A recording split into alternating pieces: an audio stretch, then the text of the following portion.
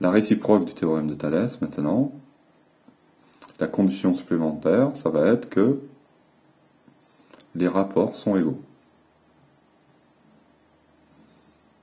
Donc si on fait petit sur grand, on a le petit vert sur le grand vert, qui doit être égal au petit orange sur le grand rouge. Si on a ça, alors on va pouvoir conclure que d'après la réciproque du théorème de Thalès, les droites sont parallèles.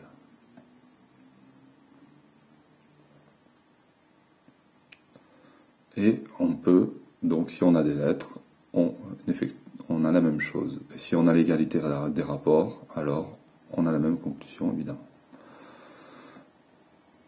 On peut résumer donc ce chapitre sur le théorème de Thalès de cette façon.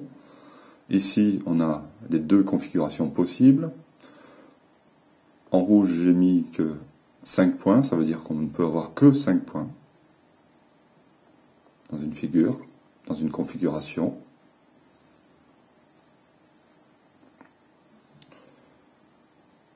Donc attention, il faut respecter l'ordre, soit petit sur grand, ou grand sur petit, il faut choisir l'un ou l'autre.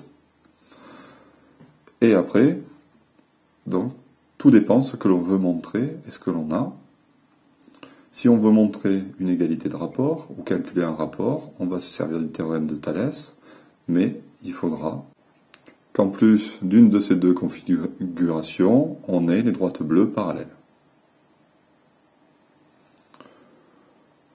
Pour montrer, par contre, que les droites bleues sont parallèles ou pas,